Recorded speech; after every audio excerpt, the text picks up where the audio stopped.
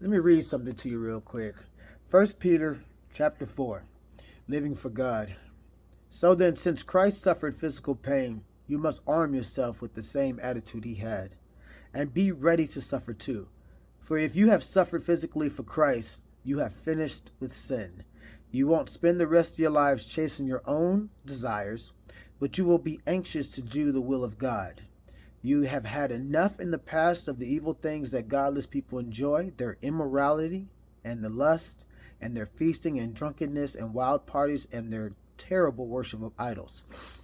See, the thing is, suffering helps us get closer to Christ, and I think a lot of people don't know that. People tend to avoid the whole, I don't want to work, I don't want to suffer, and they avoid pain. But that's a mistake, because we worship a suffering God, and God calls us to suffer for him. Nothing really wrong with discomfort.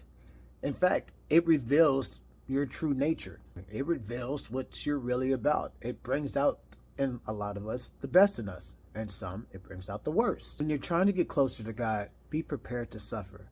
At first it may be easy, then it may be mildly difficult, and then you'll be walking around with your Bible like it's an AK-47. God puts us through the crucible in order for us to see what we're really about. Tend to pull the wool over our eyes and think that we will do this in this situation or we will do that in that situation. Already sees everything. He knows what we're going to do. His perspective is outside of time. So you have to understand that God knows what you're going to do.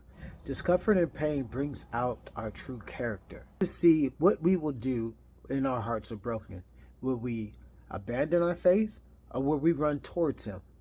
Because let's face it, a lot of us will break and a lot of us will be molded.